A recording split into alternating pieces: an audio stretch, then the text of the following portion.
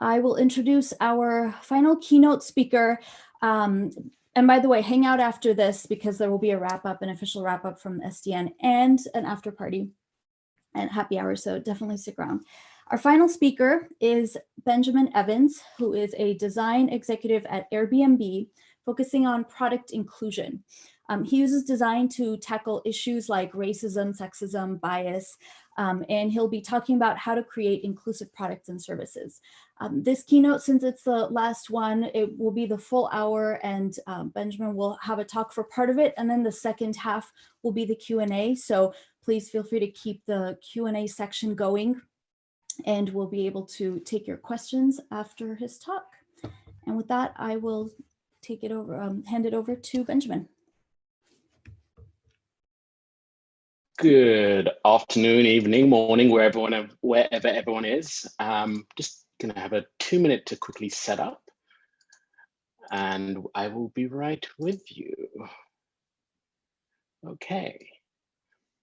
So yeah, hopefully everyone can see my screen. Where we're going to start off, I'm actually going to be telling you a couple of different stories about how me and my team are actually learning to tackle systemic issues like racism and sexism and other forms of bias.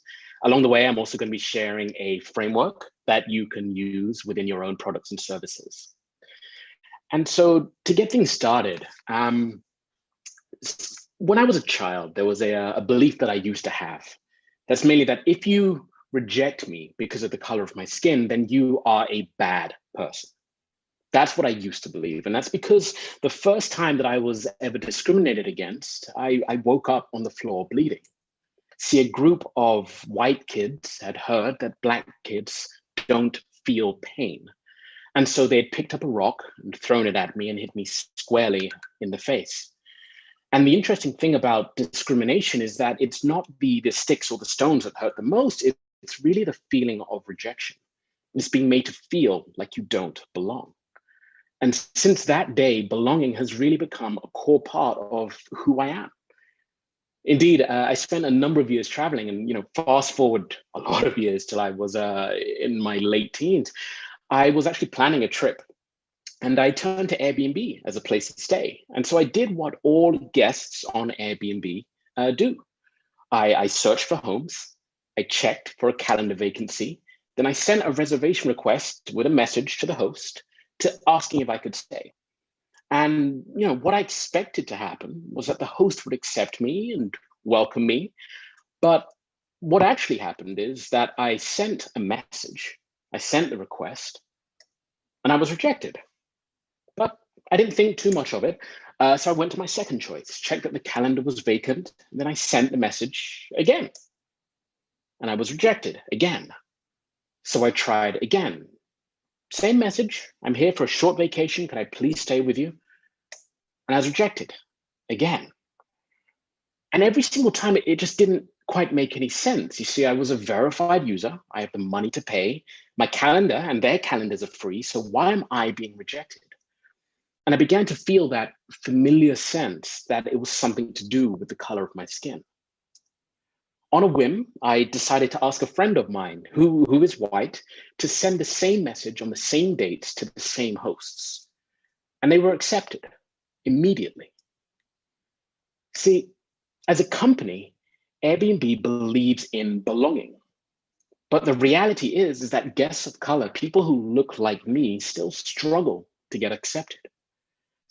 And so how do we bridge this gap between present day reality where people are often excluded and marginalized? And how do we bridge and bring people to this future, building a service where everyone can belong anywhere? Can we build a service that does this? Well, my name is Benjamin, and I lead design for Airbnb's anti-discrimination team. We were a team created to answer that question. My team's mission is to ensure that all guests and hosts have equitable access to amazing experiences. But within that, there's kind of the overwhelming question is, where do you begin? How do you even begin to use design to redesign a service around reducing discrimination and building inclusion?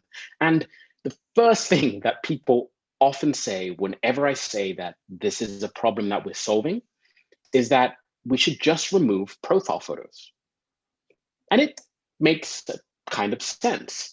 If a host can't see your face, then how can they reject you because of the color of your skin? But Airbnb is a platform that is built on trust. And numerous studies have shown that profile photos, images of human faces, help create the trust needed for communities to thrive. And in the early days, the cost of taking away profile photos from our community felt too high. So we turned to a number of experts to try and find some other solutions, ideating with them, trying to find ways that we could redesign product to increase acceptance of marginalized and historically underinvested groups. And immediately we ran into a conflict. Although we had a lot of ideas, because there's no precedent for using product to tackle discrimination, there was no consensus as to what a solution could look like. Indeed, many of the ideas contradicted one another. Like one group would say, no, you should remove all information that may trigger discriminatory behavior. And another group would say, actually, no, you should add more information, add information that can override bias. Maybe you can build commonalities. And so an example of that is on the left, this is a guest profile. Like this is a profile stripped of the majority of personal information, like profile photos, last names, about me content. And on the right-hand side, this is us adding a lot more information, giving some more personality so that maybe someone viewing your profile on Airbnb can see commonalities that they can build, overriding any innate bias or discriminatory feelings that they may have. So what do you do? Well, as a product team, we chose that we were going to take a customer focus. We were going to go where the pain is most pronounced. And so we really zoomed in on the customer experience, the entire user journey, from the moment that you imagine booking somewhere to stay on Airbnb, all the way through to what it's like when you've completed your trip and come home safely. And from there, we decided to zoom in even further, looking for key parts of the product experience within this journey that we could potentially make more objective, remove triggers for bias, remove triggers for discrimination, add commonalities. And we tried a number of different experiments, everything from removing last names, because there sometimes can be name bias where we see a name that is unfamiliar to us. We tried adding in commonalities, seeing if we can help people understand that they are more alike than they are different. We also tried finding ways of highlighting more objective signals, like trust signals, reviews, star ratings, so that we can get people to rely on objective information as opposed to more subjective criteria when assessing who to stay. We tried in the first 18 months, some 30 plus experiments to try and boost acceptance of guests of color, and nothing was having the effect that we expected. We felt stuck. We needed to find something, anything that worked. And so we turned to one of our bigger bets, an experiment where we removed profile photos. We went back into the product experience and across the user journey, found these key moments where we could remove profile photos across all of these key product surfaces. So that now, whenever a host were to receive a reservation request from a guest, they would not see a photo, no profile photos at all. However, something within this experience just did not feel right. Because if we zoom out and look at the entirety of this journey, that if a host is consciously and explicitly rejecting guests based upon the color of their skin, and we remove profile photos, then we're asking our host community to make a blind decision about who they're letting in. And what happens when a guest arrives at the home and the host sees for the first time that they are a person of color? Will removing profile photos push this online rejection into an in-person confrontation? See, my team has to be very careful and cautious as we design experiences across the platform, because the worst thing that happens if we get something wrong is not something like property damage. It could be something as severe as a hate crime. So we needed a solution. We had to find a way to try and reconcile this conflict. And I went home one of those nights and ended up sitting up late, and I ended up doing what I'm sure a lot of us do when it's late and we can't find a solution and we can't sleep. I ended up browsing Instagram. And there I received a message buried within my one of that other inboxes. And it was from someone who had seen a post where I had announced the kind of problems that I was tackling at Airbnb. And they said that, you don't know me, but he said, I don't know if you remember me, but we went to school together. And as we got talking, it turned out that he was one of the kids who had thrown a rock at me when I was a kid. And he apologized. And he said to this day, he doesn't quite know why he did it. He said he felt like he was scared, but he doesn't quite understand why. And that really stuck with me, that, what if my beliefs about people who discriminate are wrong, or at least incomplete? See, whenever we think of the kind of person who discriminates, we often think of someone who is explicit and conscious of their hatred. But I want to play just a very quick puzzle. I know that a number of you can't be interactive within this, but I just want you to do this in your mind for me. It'll take a couple seconds. I'm going to show you an image, and I just want you to count out to yourself how many triangles you see within this image. And I'll give everyone about 5-6 seconds, but just hold a number in your head at the end of it. So here is the image, and just take a couple of seconds, count out how many triangles you see in this image. Great. Now, I hope at least some of you have a figure that you've counted out. Part of the reason I love this game so much, this puzzle, is that there actually aren't any triangles present within it. It's a wonderful example of the fact that our brains are very adept at shortcuts, at connecting dots. It shows that we all have bias. And to anyone who doesn't know, bias is a series of shortcuts that our brain makes in order to help us navigate a world in which we are overwhelmed with information. Now, they're designed to keep us safe, they're amplified by stress, and they guide every single decision that we make, often without us knowing.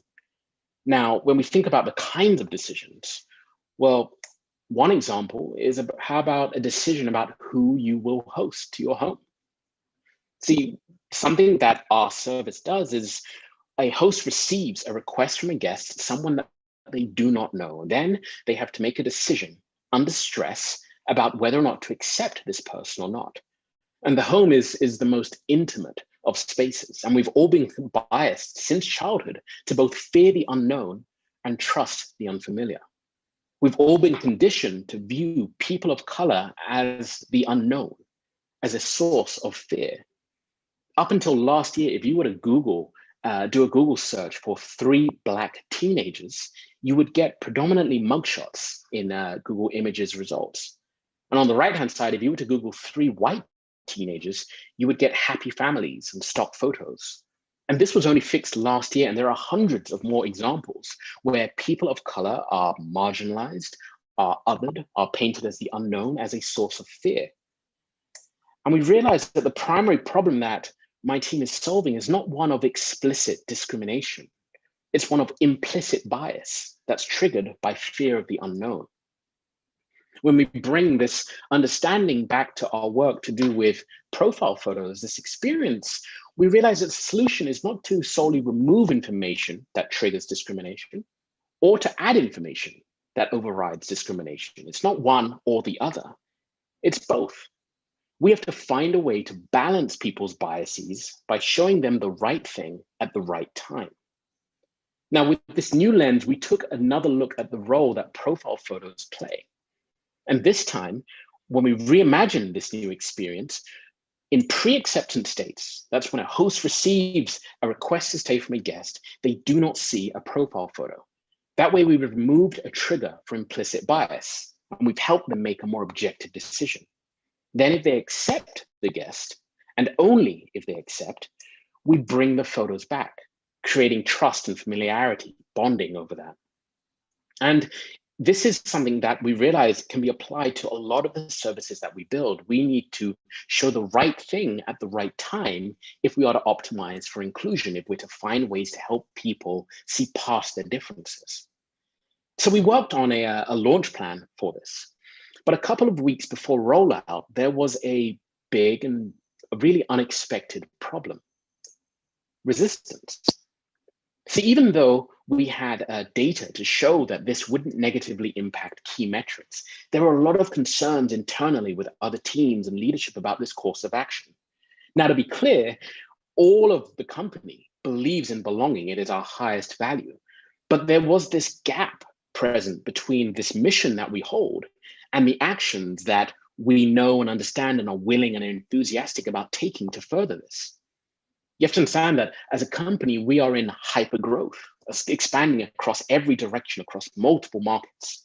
We're at this point in time with over 3,000 employees, 50 product teams, hundreds of launches, and all of whom have different OKRs, different key results, slightly different missions, and that sometimes can put us into conflict with one another.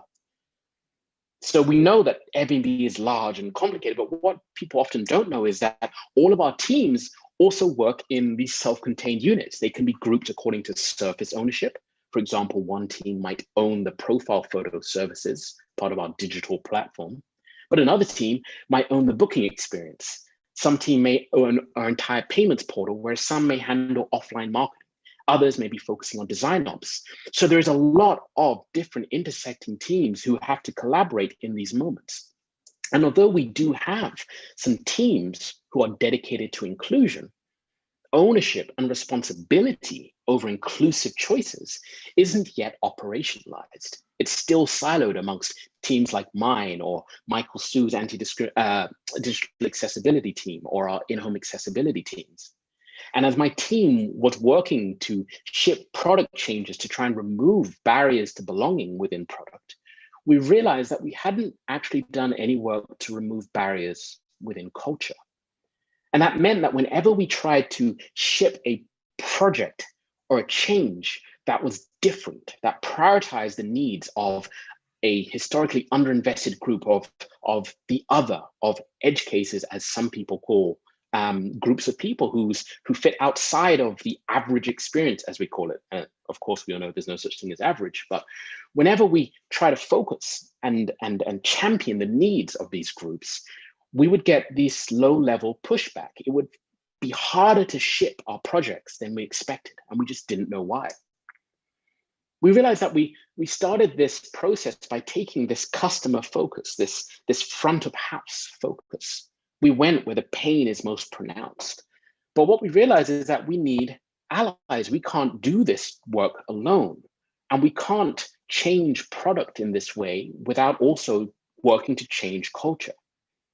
So we went backstage. We changed our focus in the midst of this. And we took a deeper look at the processes and our systems and the artifacts, trying to understand how do we work together and what are the barriers to inclusion? What are the silent things that are preventing us from being able to ship and move forward towards our mission in a cohesive way?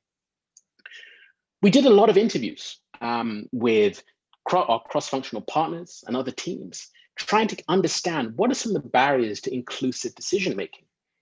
And some of them that came up were really candid and quite just very, very honest. Some people would say it's slow, which is true. When you're trying to make more inclusive choices, you need to include more people in the process, which can slow down things. Some people would say it just doesn't affect me. It falls outside of their sphere of understanding. And so it presents something that is quite alien, and they couldn't quite connect a reason why they should prioritize one group when there are so many groups. Some people say that they don't know where to start. So we identified that there are knowledge gaps and awareness gaps, potentially even incentive gaps that are present within the way that we operationalize and we design and move forwards as a team, as well as things like there's not enough resources. We all know as working professionals that there's never enough time or resources to do every single thing. And so we have to prioritize. And in those moments, we would find that it is easier to prioritize the known, the projects that we know will either boost revenue or have a immediate effect on our metrics than it is about things that potentially are longer term, but that we know will do good for our community. And the interesting thing that came out underneath all of these reasons is that although we are united in our desire to do good, our desire to build belonging, underneath all of these was bias. The same kind of bias that, when present between our customers, results in in-person unintentional discrimination, is also present within our staff and the employees and our processes. We have a bias towards the status quo. We liked having profile photos So we resist letting them go. As designers, they look pretty. So there was a natural resistance to this kind of change. Inclusive design and inclusive decision-making takes more effort. So we were defaulting to the path of least resistance. And when we looked at all of these things together, we realized that this is why we're feeling a resistance to the work that we're doing. This is why it's harder to ship and why people have more fears than we would expect them to. We realize that we cannot build inclusive services until we confront our own biases. And something that we also realize is that the problem is not that we actually have bias. Often we talk about bias generally in the world as though it is this inherently bad thing, but it does have its benefits, and it's an essential part of what makes us human. So in this world, we have to realize that the problem isn't that we have it, it's that we often don't realize its effects until it's way too late. To give an example of this, whenever, I'm sure many of us know the human-centered design process. Whenever we go to ship a product or a service, we try and place a human at the center, a human need, and then we research, we ideate, we prototype, we launch, and we iterate with a human need at the middle. But Kat Holmes, wonderful quote from Kat, says that the problem with human-centered design is that no one says which human to place at the center. And so all of these biases that we carry around with us, these essential components of who we are, lead us to place ourselves in the center of this process. And so human-centered design actually becomes self-centered design. And before we know it, we have built and baked our biases into the products and services we create and scaled them out to millions. And that's how you end up with algorithms that are unable to detect Black faces, self-driving cars that are more likely to hit people of color, pay gaps that exist even on digital platforms. And so we realize that our goal is not to remove bias. We can't do that. We can call upon some of our earlier learnings about showing the right thing at the right time. We have to find a way to help people actually be more conscious of their biases earlier in the process, so that they're then able to make more inclusive choices. How do we do that? Well, one of the insights that we actually had came from Tony Fadell. He's one of the original creators of the iPod. He said that first secret to great design is noticing. So we needed to find a way to help more people notice, to be more aware of their biases earlier in the process. And so, and yes, one of our lead researchers actually led the creation of a tool that I hope everyone who's listening in will be able to take and use within their own companies. It's called Another Lens, and it is a set of questions that anyone in any discipline can ask that can help balance bias. It can help us consider the opposite of our assumptions so that we can all embrace a growth mindset, the growth mindset that's necessary to really make inclusive product choices. And it's really simple. It's a series of questions. Questions like, what are my lenses? What is your perspective on the world? What are the defaults that you bring in? A workshop that I did with this last week, we actually used it to take stock of where we as individuals within a design sprint were starting from.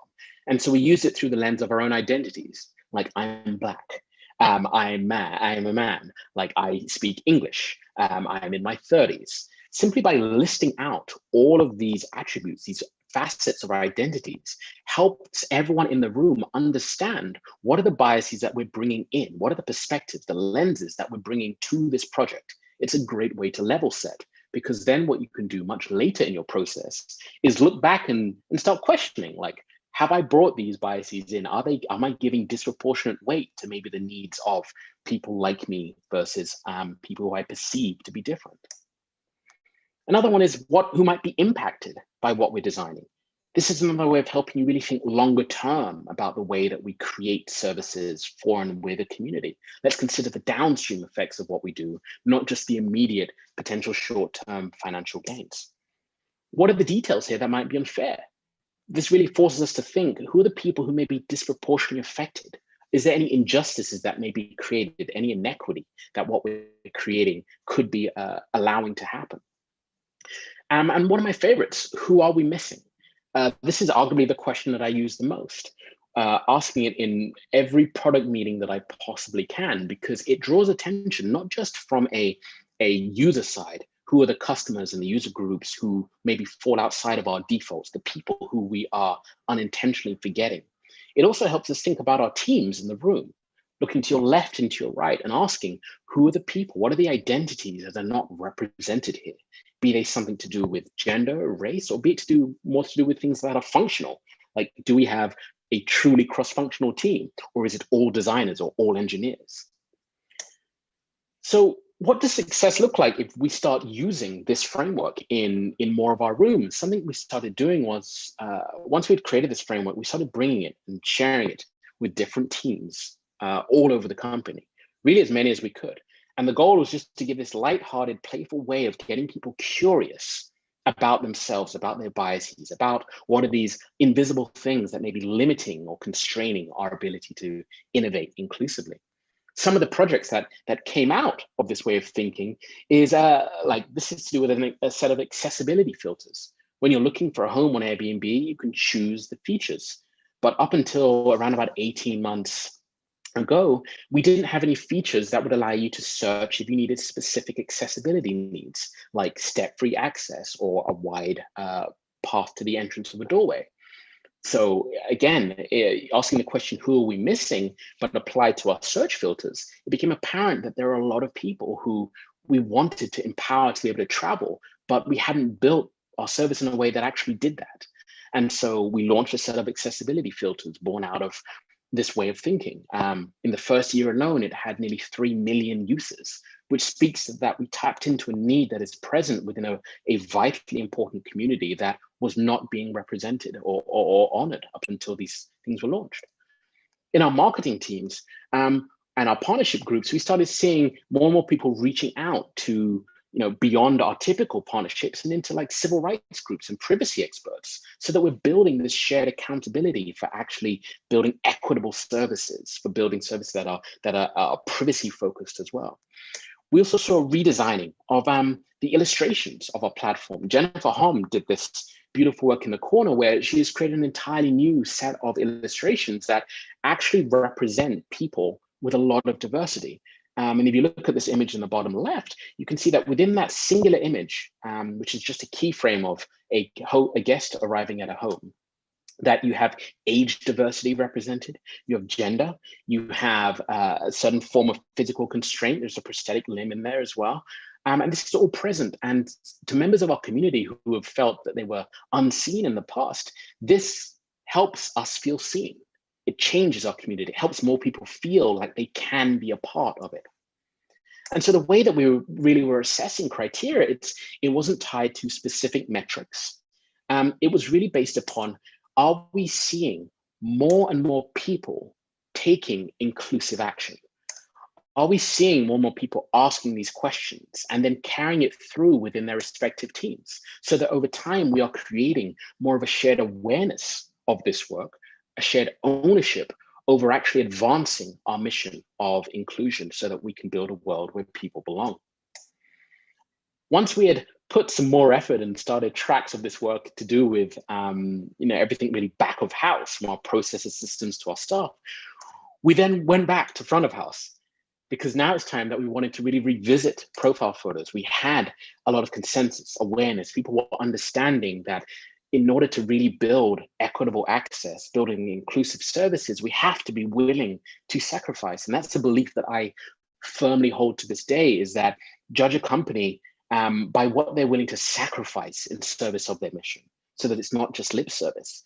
And what we found is we launched the project, we launched the Profile Photos experience. It was over a Christmas break, and I remember panicking because I thought, I'm going to get a call from the CEO saying that, me and my team, we've broken the platform, we've destroyed the community, but none of that happened. What actually happened is that the experience itself worked. We increased the acceptance of not just Black guests, but of all guests. Bookings were up. And even more impressive is that when we ran an analysis on the reviews that people leave after they've completed a trip, we found that the guests in our treatment of the experiment were also having great trips, which means that we found a way to both neutralize bias, to balance that bias, to increase acceptance, and create great experiences without any negative effects to our core platform and services. Now, within this success story, There's also like a personal failure, learning of growth for me within this, that even though I believe in inclusion, and I fight to reduce discrimination and balance bias wherever I can, I entered this process, this team, with a very strong bias against anyone who I felt could even potentially be discriminating. I kind of viewed them and judged them through a specific lens. And what this process is teaching me is that if we really are to design inclusive services, we kind of have to start by not judging people for their different beliefs. We have to try and enter as product professionals, as service professionals, as business professionals. We have to enter these spaces, giving people the benefit of the doubt so that we can try and understand where they're coming from. And so earlier in start of the talk, I asked, how do we bridge this gap between today's reality and our vision of a world where anyone can belong anywhere? And to me, we're still learning, obviously. This is just the beginning, but I believe one of the first steps we have to do is we have to own the problem. All of us who create, all makers, creators, designers, engineers, marketers, whoever you might be, we are creating things in service of an audience, if not multiple audiences. And unintentionally, we will often bake our own biases into these products and services and disproportionately affect exactly the people we want to serve. And we have to actually own the fact that this bias exists and own this problem, and then zoom in and zoom out so that we can get a good understanding of it and lay the foundation for us to then take action, that we can challenge our own biases so that we're better able to build more inclusive cultures and more inclusive products. I shared the Another Lens framework. You can find that online, and I encourage you to use it whenever you can. Let me know how it's working. We would love feedback. As I said, we are still on this journey and we're still learning. And finally, it is incredibly important that we build with people, not for. We have to partner with the individuals and groups that we seek to serve and bring everyone along for the ride. We can't do this alone. And we should avoid, wherever possible, this design savior where we try and solve problems for groups as though they cannot do it themselves. We need to bring people in as partners, building with them every step of the way. I firmly believe that design is one of the most powerful tools we have to drive positive change in the world. And to drive this change, we need to be willing to look beyond designers' pixels and pros and really challenge ourselves to confront our biases that hold us back, so that together we can build a world in which we all belong. Thank you.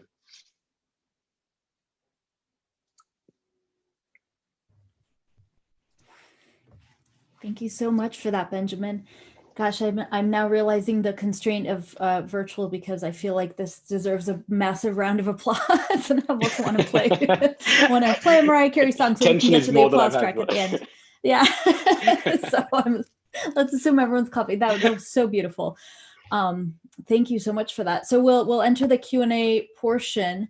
And I see some questions in the audience, in the chat, but please feel free to add more for about the next 20 minutes or so.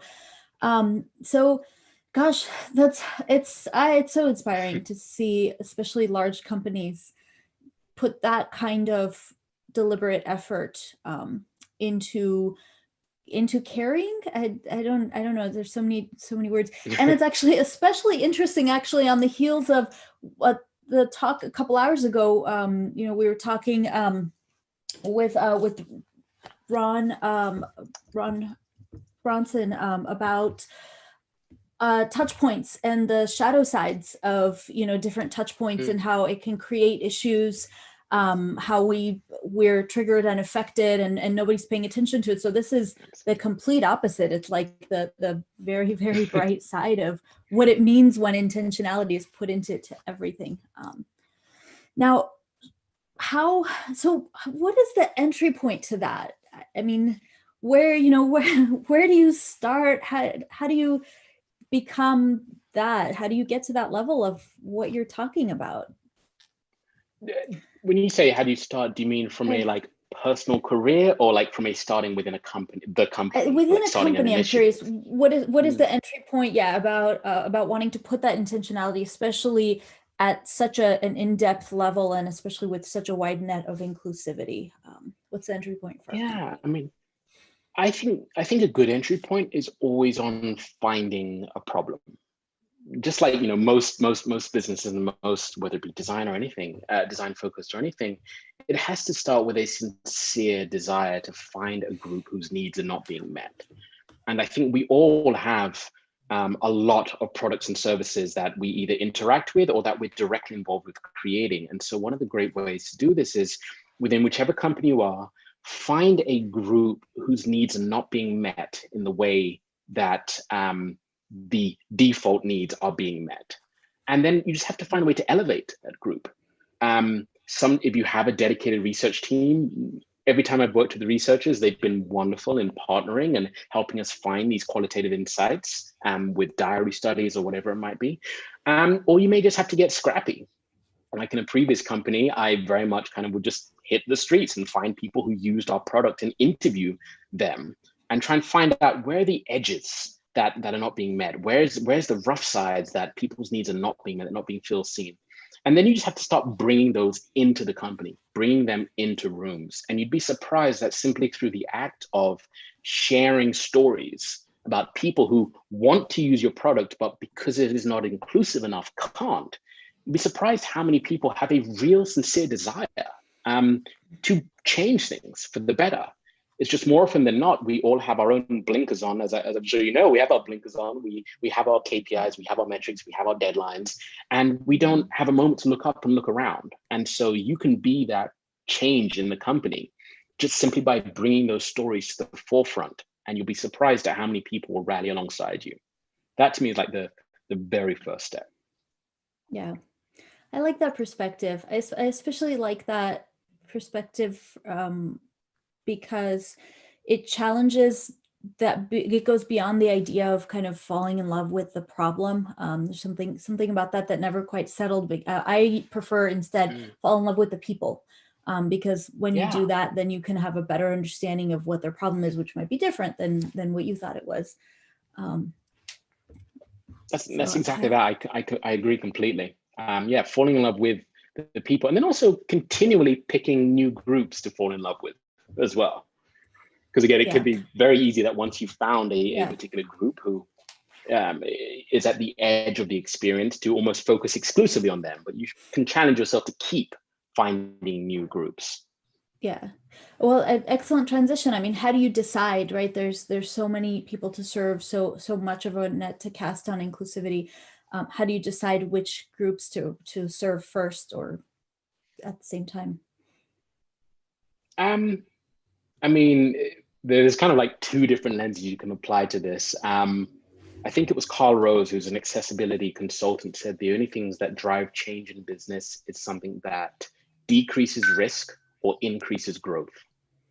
And so if you apply that lens to this work, you could find the group that by serving their needs, you will increase growth within the business, or find the group whose pain is so pronounced that by not serving them, it increases risk.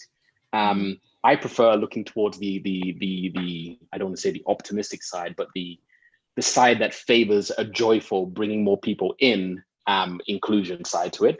But sometimes with a company, companies need a sharp shock. They need to see that by not catering to the needs of a specific group, there is a lot of at risk and a lot at stake. And so what I would normally do is I will look across all of these groups and find where is the pain most profound, or where is the joy most accessible, and then pick one of those. It's, you know, something I would also encourage people to do is to, of course, it's overwhelming, this work. There are so many different groups, and it can often feel like you're trying to boil the ocean. The most important thing that you should do is pick one group and start. Once you've done that, it becomes a lot easier to start branching out, because you get to prove that this way of thinking, this way of acting, making inclusive choices can actually yield a lot of benefits, both professionally and for the business. Yeah, I like that. Just pick one group and start. Now you've described this from a perspective of an existing service, and you're seeing some of the biases and the results of it, and remedying them. What does this look like? How would you recommend catching and fixing these issues at the inception of a program Diverse teams or a product? Yeah, I mean, number one, as like table stakes, find a way to ensure that the team creating whatever you're creating is as diverse as possible.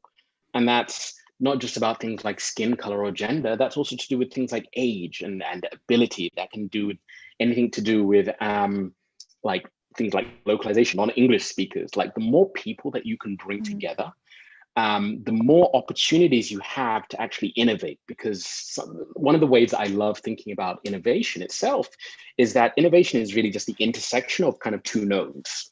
And where they intersect, that's where you get something interesting, like, you know, the phone and the computer, there's the iPhone kind of thing. And so the more diverse people that you have, the more identities that you have represented in the room, the more opportunities you have for this kind of innovation. So that's kind of like a table stakes. But then what I would also then do is what we, you know, when we're creating products, really anyone's creating products, we typically create a user persona. I'm sure everyone listening in knows what one of those are. But what we do is we create it and then we fixate on it, or we stop there. What we should be doing is creating more user spectrums where we're looking to identify, here are all of the people who possess a need for what we're solving. Not just here is, you know, John, who is in mid-30s, who is English speaking from, I don't know, America.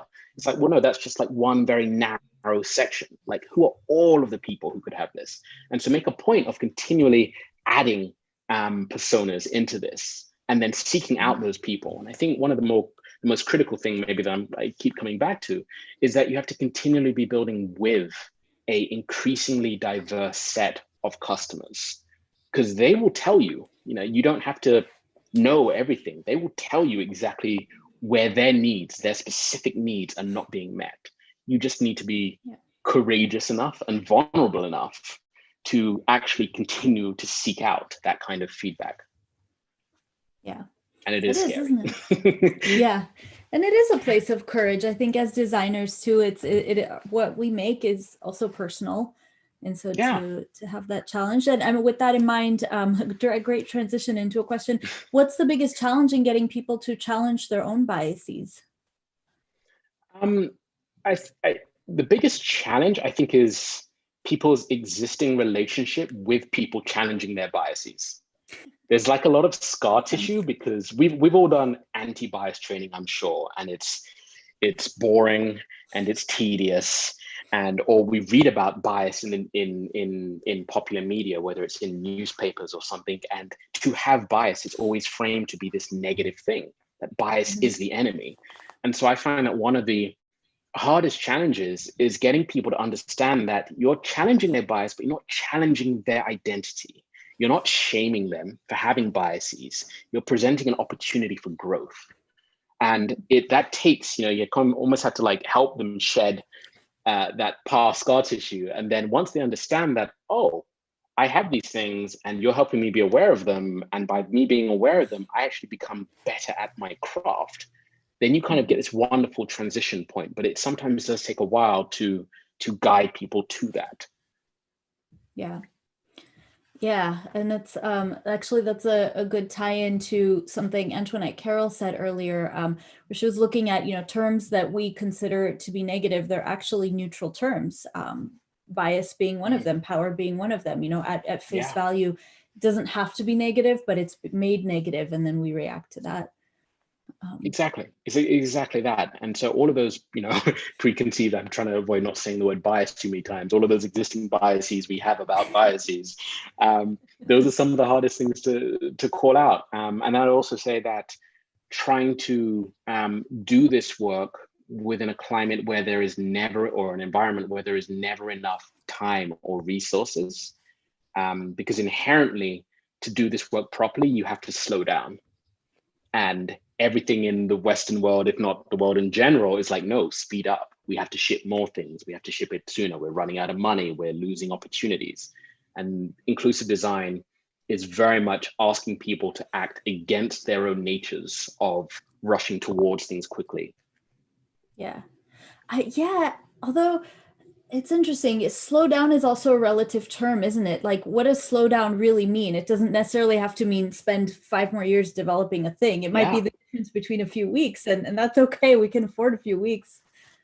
Exactly that. And it's never, it really exactly what you tapped into there. It's the perception thing is where this becomes so challenging, because simply by spending a day or two asking the kinds of questions that, you know, we've been talking about, you can actually identify a lot of the obvious problems that will be present in your product when it gets shipped or as it's being created. So it really is not a lot longer, but it feels like it when the pressure's there. Yeah. So something interesting that came up. Ooh, I don't know how to ask this. So every light casts a shadow. This is from the chat. How might the knowledge created to reduce biases, how might that be used by maybe what's the word? Not by unethical organizations or bad actors? Can it be Might used? it be used? I mean, again, it's one of those things where I do believe that information is neutral, as you said. Like, terms are generally neutral. It's someone takes it to a bad place or not, and I think it's not that far off a lot of the dark design patterns that we see, the dark UX patterns. One of the things that I said in the talk is that one of the keys that we're finding to be able to build more inclusive services is about showing people the right thing at the right time. Well, who decides what the right thing is? And like, depending upon what you show will directly influence how someone feels or thinks. And so there are loads of ways that by either omitting information that people have a bias against or by adding information that people have a bias towards, you can shape behaviors. We saw this actually with Facebook last year, tweaking the newsfeed to show things. If they showed things that have more of a positive sentiment that you identify more with, you feel happier. And the reverse side things, that's playing into our own biases. We see the same thing when it comes to echo chambers across social media. Like, that is reflecting the content that we're shown. That is a reflection of our biases being fed back to us. So this is all rooted in the same simple psychology that we have as humans, that in design, I hope more often than not, we are trying to find ways to help people, to leave them better off through using our services than not. Yeah, exactly. Let's see, I want to catch some more of the audience questions. How do you measure the relevance of research findings and user spectrums in order to show the company or the team what problems need to be prioritized?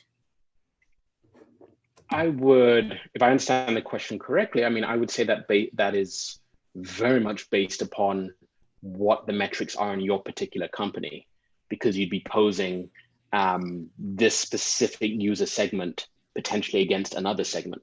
But I think that the overarching thing with inclusive design or about prioritizing different groups is that no matter what, it increases your market size.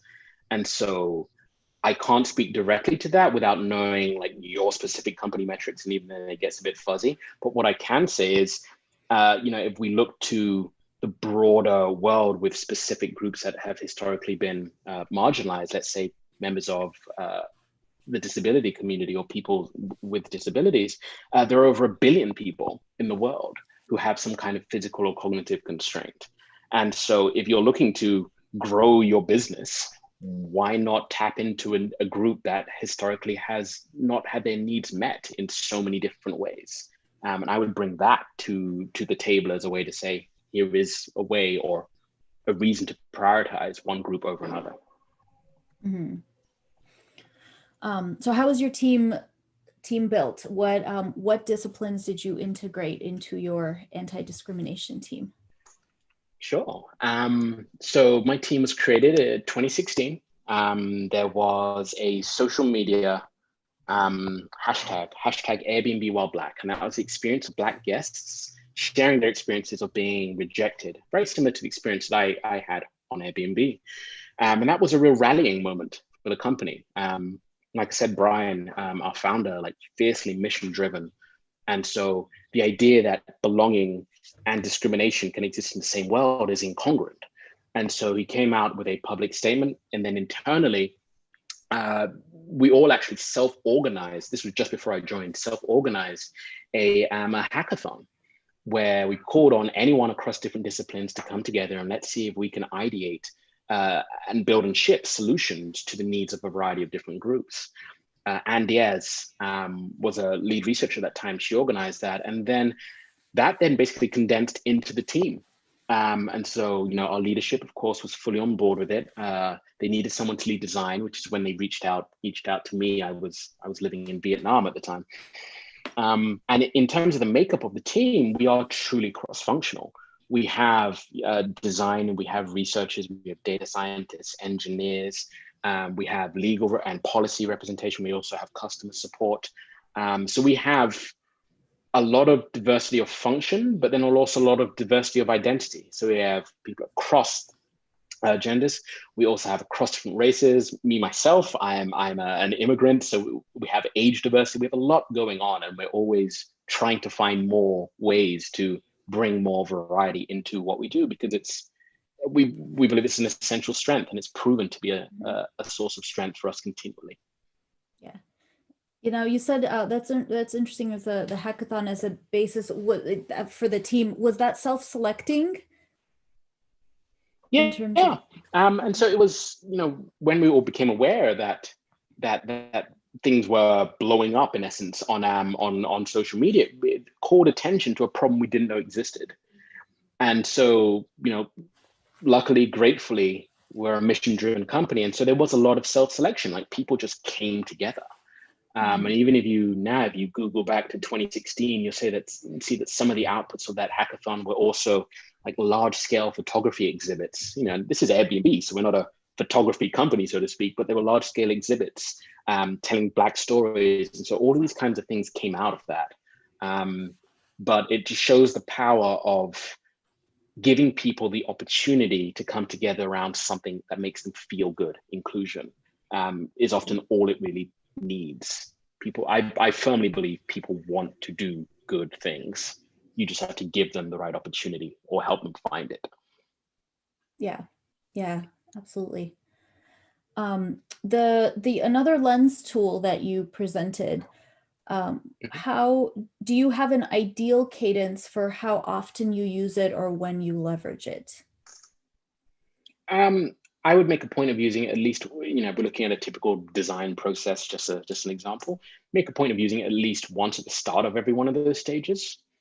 What I like to do is to bake the questions into a one-pager. I don't know if one-page is common language for the audience. It's like a project spec that will cover all of the details about, what is a hypothesis, what will the experience be like, yada, yada, yada, et cetera, et cetera.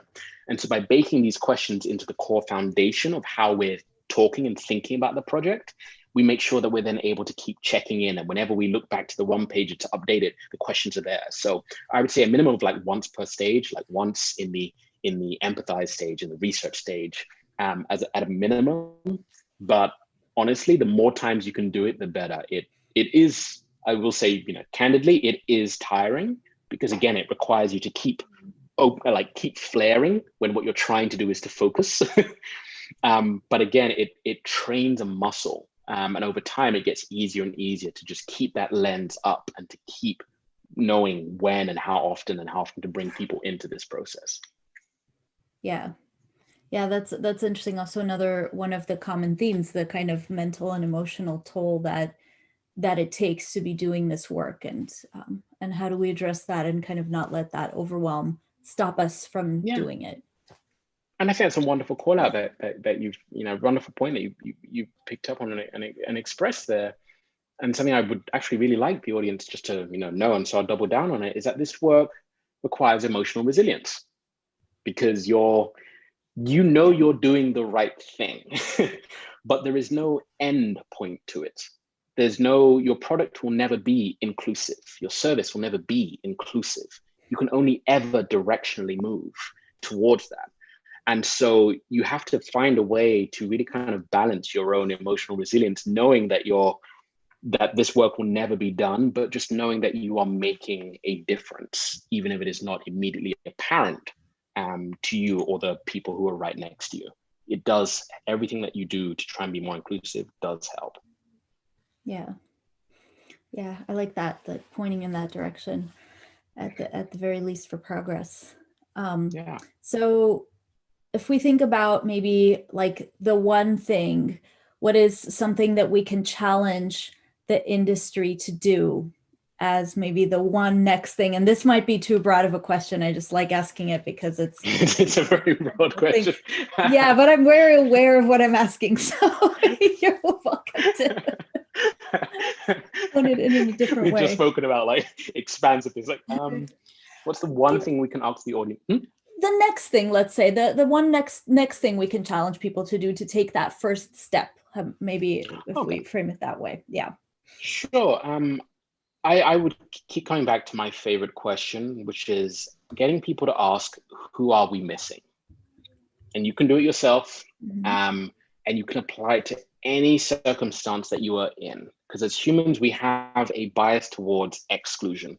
To say like 2 seconds more on that, like, as you navigate the world around you, you exclude far more people than you include. You have to. That's how we function. So, you know, we have our friends, we have our family, but everyone else we excluded. So our default is to exclude people. And so simply by continuing to asking those around us, whether it's our colleagues, like, who are we missing? Do we have, you know, enough representation in leadership? Do we have diversity of identity and experience in this room? When we're looking at researching with users and defining our users, like, who are we missing? We have our default that we have gone to, but then who are the other people? At least holding space. It allows you to hold space for these individuals in these groups, and holding space is kind of the first step to really being able to actually seek them out and bring them in. And over time, the more and more people you get doing this, the easier it gets. It's just a really simple tool that a really simple question that I just really enjoy offering to people. That's beautiful. I will take on that challenge and think about that. Who are we missing? Wonderful. Well, thank you so much for this, Benjamin. What an enriching talk and such a perfect way to wrap up this incredible day. Thank you so much for your insights and for the generosity of your knowledge. Thank you to you. Oh no, I was just saying thank you to you as well, and thank you to everyone who gave their time to be here. I know it's a crazy time in the morning for some people, but I really appreciate you being here and listening in. Yeah, we've had a wonderful group. I'm curious, is anyone still here? Has anyone been here the whole time? If you have, please shout out so we can send you all the high fives. So with that, I will bid everyone adieu and say thank you so much to the audience, to the speakers, to the SDN organizer team for inviting me to share this beautiful day with all of you. This has been truly an enriching experience and such the reminder that the design community is really special. It's, you know, going into a place where there's so much openness and so many inviting spirits. It means a lot. And I think we have so many amazing things ahead of us as a community at large.